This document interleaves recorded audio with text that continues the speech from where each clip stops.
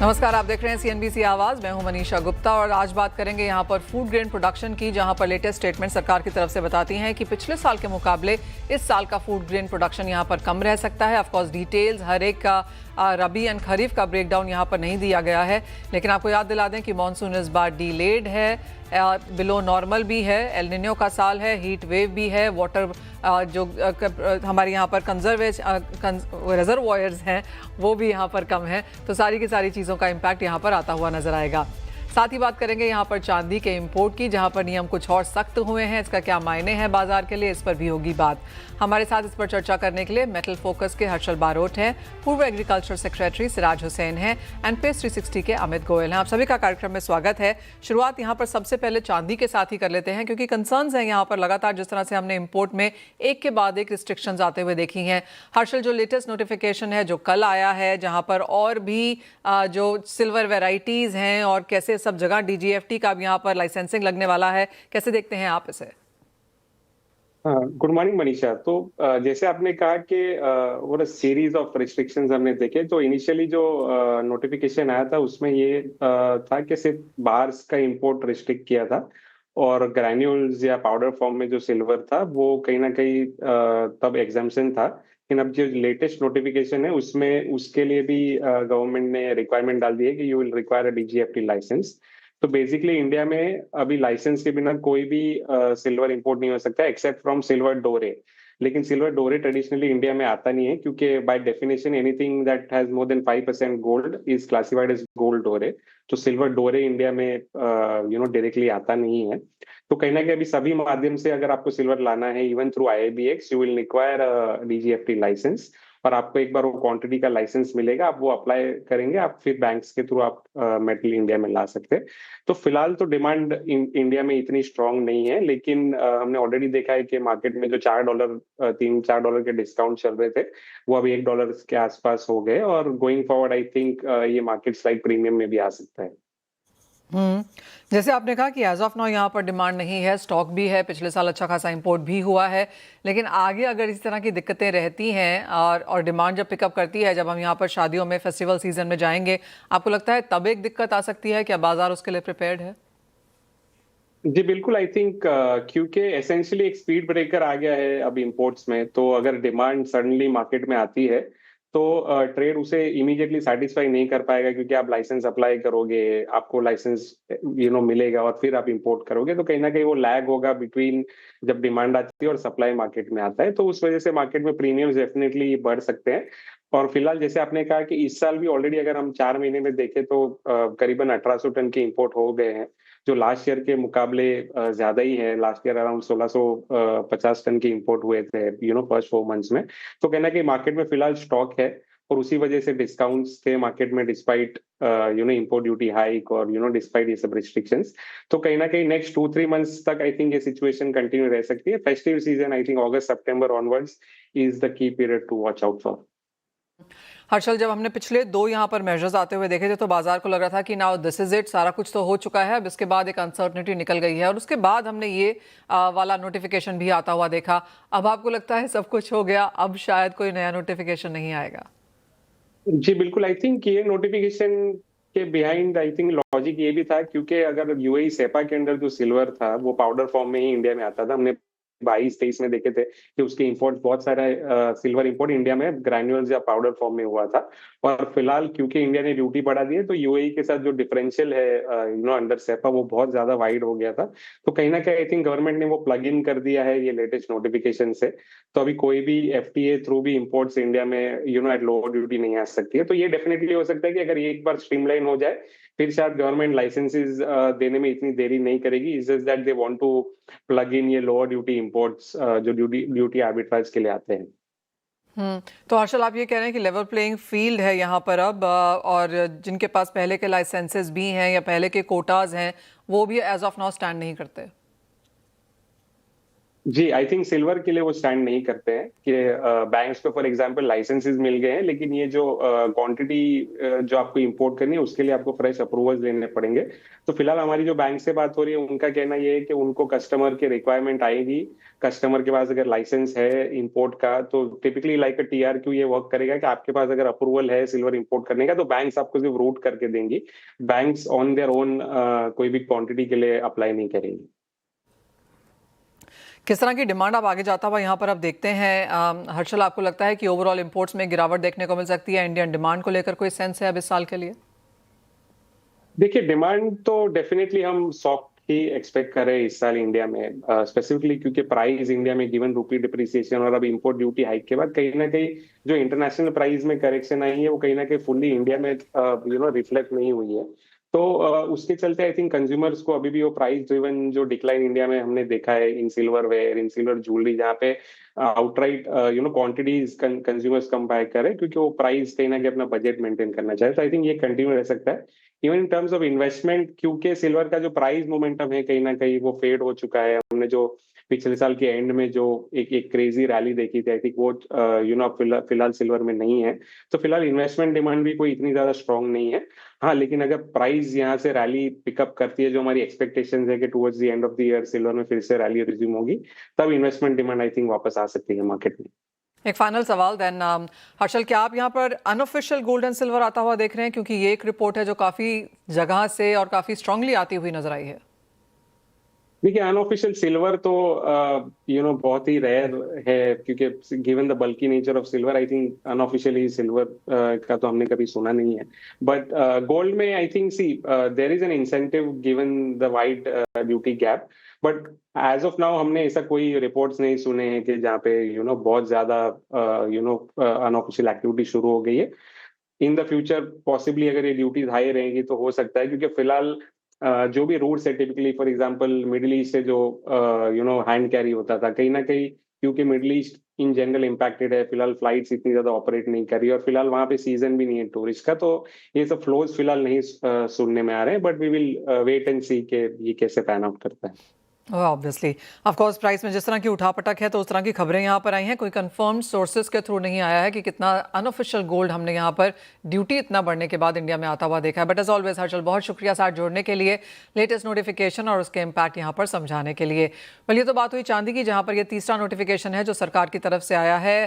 पहला हमने import duty बढ़ता हुआ देखा था, दूसरा एडवांस्ड ऑथराइजेशन पे था, और ये तीसरा जो है ये अब ग्रैनुअल्स एंड पाउडर भी सिल्वर फॉर्म में अगर आपको मंगाना है तो डीजीएफटी के लाइसेंस के बिना वो काम नहीं हो पाएगा। वेल, आगे बढ़ते हैं और बात अब मॉनसून और एग्रीकल्चर की कर लेते हैं, क्योंकि रोजाना जैसे जैसे मॉनसून यहाँ पर डिले हो रहा है उसका एक इम्पैक्ट हम यहाँ पर सोइंग पे और सेंटीमेंट पे तो डेफिनेटली आता हुआ देख रहे हैं। सिराज हुसैन जी, बहुत शुक्रिया साथ जुड़ने के लिए।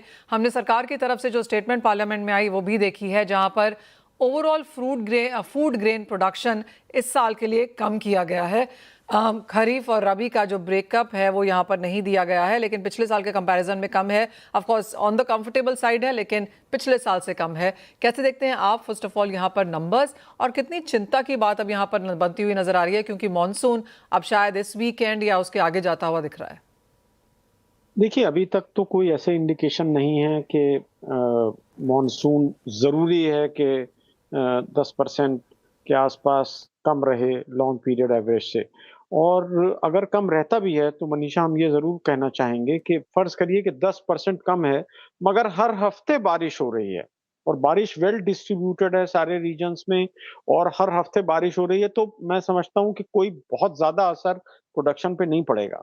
दूसरी बात ये है कि 2015-16 में जब 2 कॉन्सेक्यूटिव ईयर्स थे मॉनसून के, और उस वक़्त हम ही एग्रीकल्चर सेक्रेटरी थे, तो ऐसा नहीं है कि प्रोडक्शन बहुत ज़्यादा कम हो गया, और सिर्फ 3-4% का फ़र्क पड़ा था प्रोडक्शन में। और तब तो उस वक़्त जो इरिगेटेड एरिया है वो करीब 45% था, और अब वो तकरीबन 55% है। जी, सिराज जी, तो आप ये कह रहे हैं कि जो प्री मानसून शावर्स हैं, जिसको as of now IMD pre monsoon showers कह रहा है, वो अच्छी हैं और बुआई यहाँ से शुरू हो पाएगी? जी, देखिए, इस वक़्त जो सबसे ज़्यादा अहम बात है वो ये है कि सरकार ने जो varieties, drought resistant varieties release करी हैं कुछ सालों में, तो उन वैराइटीज़ के बीज हम किसानों तक पहुँचाएँ और उनको सही एडवाइज़री जारी करें, जिससे कि वो उन फसलों को अहमियत दें जो ज़्यादा पानी नहीं रिक्वायर करती हैं, बजाय इसके कि वो धान बो दें और बारिश कम हो, उसके बाद वो दोबारा कोई फसल बोएँ। लगता है प्राइस या इन्फ्लेशन को लेकर यहाँ पर एज ऑफ नाउ कंसर्न्स हैं क्योंकि वेस्ट एशिया कॉन्फ्लिक्ट की वजह से रुपए की डेप्रिसिएशन की वजह से इंपोर्टेड कमोडिटीज़ में हमने वो ऑलरेडी आता हुआ देखा है। El Nino, heat wave, lower monsoon का क्या वो एक प्रीमियम प्राइसेस में ऑलरेडी है या फिर आपको लगता है बाजार इंतजार करेगा? नहीं देखिए, वो असर तो पड़ ही रहा है क्योंकि अब अगर इज़राइल ने ये फैसला किया था कि हमको ईरान को बिल्कुल बर्बाद कर देना है, नेस्तनाबूद कर देना है, उसको डिवाइड कर देना है, पार्टीशन कर देना है, तो वो तो अचीव नहीं हुआ ऑब्जेक्टिव और ऐसा लगता है कि शायद वो ऑब्जेक्टिव अचीव ना भी हो और अगर अब देखिए ये 3 महीने हो चुके हैं और जंग जारी है और ज़ाहिर है कि जो गरीब मुल्क हैं ग्लोबल साउथ के वो बहुत ज़्यादा सफ़र कर रहे हैं और सबसे अफ़सोस की बात ये है कि वो कन्फ्रंट नहीं कर रहे हैं उन मुल्कों को जिन्होंने ये अटैक किया, ये वॉर करी कि आपकी वज़ह से हमारी इकोनॉमी इतनी ज़्यादा मुतासिर हो रही है। तो अगर ये वॉर कंटिन्यू करती है तो ज़ाहिर है कि अभी तक कोई पेट्रोलियम के प्राइसेज़ बहुत ज़्यादा गवर्नमेंट ने नहीं बढ़ाए हैं, लेकिन उनमें भी बढ़ोतरी होगी और उनमें बढ़ोतरी होगी तो उसका इन्फ्लेशन पे तो हर कमोडिटी पे उसका इम्पैक्ट आएगा, फूड ग्रेन पे भी आएगा, वेजिटेबल्स पे भी आएगा, हर चीज़ पे इम्पैक्ट आएगा, स्कूल की फीस पे आएगा वगैरह-वगैरह। हम्म। सिराजी, अगर हम ओवरऑल फूड को यहाँ पर देखें तो ग्रेन्स में ऑफ कोर्स जैसे कि आप पहले भी हमसे बताते रहे हैं कि चावल एंड आटा में यहाँ पे व्हीट एंड राइस में कोई बहुत ज़्यादा फर्क नहीं है क्योंकि सरकार के पास सफिशिएंट बफर स्टॉक है और प्रोडक्शन भी यहाँ पर लगातार बढ़ती हुई नजर आई है। कंसर्न्स आप कहेंगे पल्सेस और एडिबल ऑयल्स में ज़्यादा है?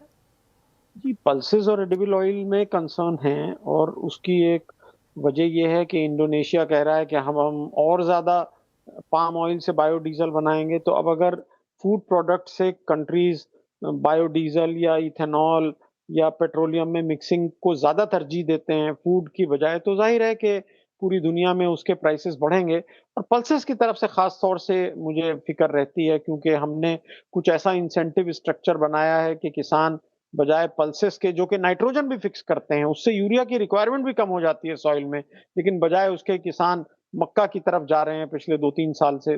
खाली पिछले साल देखें तो 1 मिलियन टन तकरीबन 1 million ton 1 million hectare area बढ़ गया मेज़ का। तो अगर हम इथेनॉल को इसी तरह तरजीह देते रहेंगे तो ज़ाहिर है कि पल्सेस की कमी होगी और उसका इम्पोर्ट और ज़्यादा बढ़ेगा। हम्म।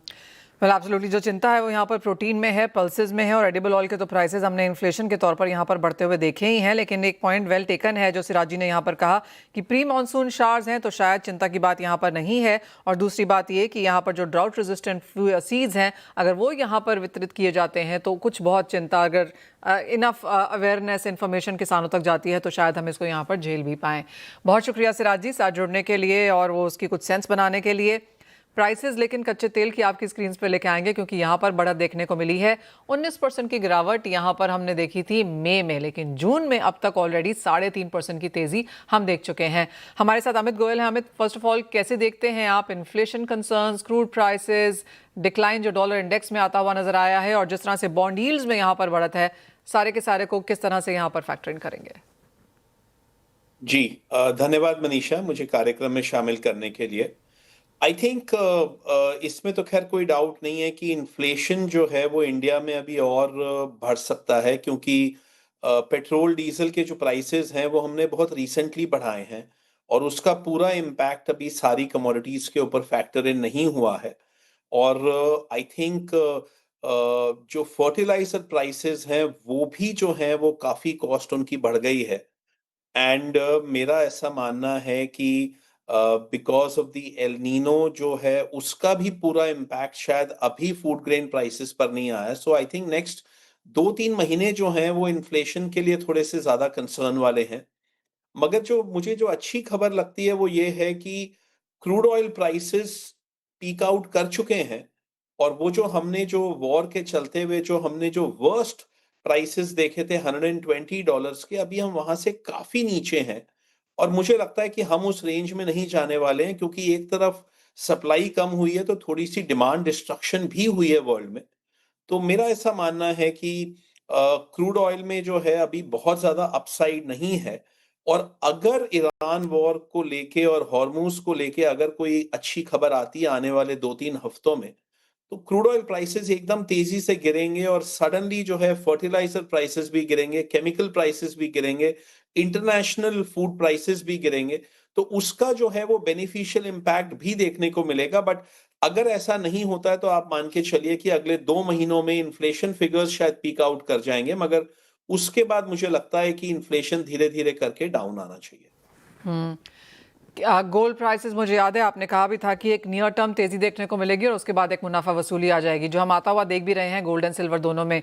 यहाँ से इंपॉर्टेंट डाउनसाइड सपोर्ट लेवल्स क्या हैं?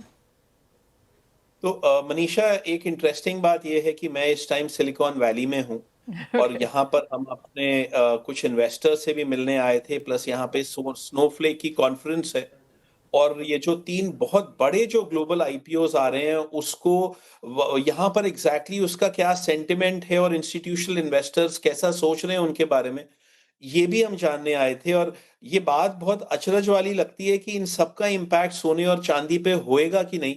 एक आम आदमी शायद ऐसा नहीं सोच पाता है, मगर ये फैक्ट है कि ये जो इस तरीके के जो मेगा कॉर्पोरेट इवेंट्स होते हैं, इसका मैक्रो साइकिल्स पे बहुत बड़ा इम्पैक्ट होता है और मैक्रो साइकिल्स का in turn gold and silver के प्राइसेस पे बहुत इम्पैक्ट होता है। तो मुझे ऐसा लग रहा है कि अभी जो सारा का सारा जो बेनिफिट है, एक तरीके से जो स्टॉक जो पूरे वर्ल्ड ओवर जो फाइनेंशियल मार्केट्स में जो भी तेजी आई है, उसका पूरा का पूरा बेनिफिट एआई प्लेस को चला गया है और यूएस को और साउथ कोरिया और ताइवान को चला गया और कुछ कमोडिटी प्रोड्यूसिंग कंट्रीज को चला गया। मगर इंडिया जैसी कंट्रीज जो हैं वो थोड़ा सा because of the higher crude oil prices थोड़ा सा आप कह सकते हैं कि अंडर दी वेदर है। मेरा ऐसा मानना है मनीषा कि जहां तक गोल्ड एंड सिल्वर की बात है, तो मैक्रो इकोनॉमिकली और इन सारी चीजों को ध्यान में रखते हुए अभी जो है वो साइडवेज लग रहे हैं। मुझे लगता है कि कोई 5-7% के रेंज में सोना और चांदी अगले कुछ हफ्तों तक चले जाएंगे, मगर इवेंचुअली जो है वो गोल्ड और सिल्वर दोनों में ही एक अपसाइड आना चाहिए, नियर टर्म अपसाइड। और मुझे लगता है कि चांदी जो है वो वापस शायद 90 से लेके $95 के रेंज में एक बार जाना चाहिए। But of course longer term हमारे जो कंसर्न्स हैं वो बरकरार हैं और हमें ऐसा लगता है कि चांदी इवेंचुअली जो है वो इट इज हेडेड बिलो $40, मगर वो चीज आने वाले 1.5 या 2 साल में प्ले होनी है।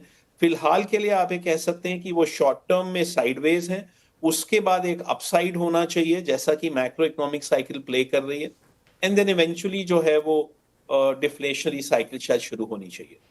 All right, Amit as always बहुत शुक्रिया साथ जुड़ने के लिए, बहुत शुक्रिया all the way from Silicon Valleys के हमारे साथ जुड़ने के लिए। एंड आशा है कि वो आपकी ट्रिप काफ़ी बेहतरीन रहेगी। आपसे ऑफ कोर्स वापस आने के बाद फिर से बात होगी कि किस तरह के वहाँ से फीडबैक हैं, किस तरह से आपने वहाँ पर मार्केट को रीड किया है।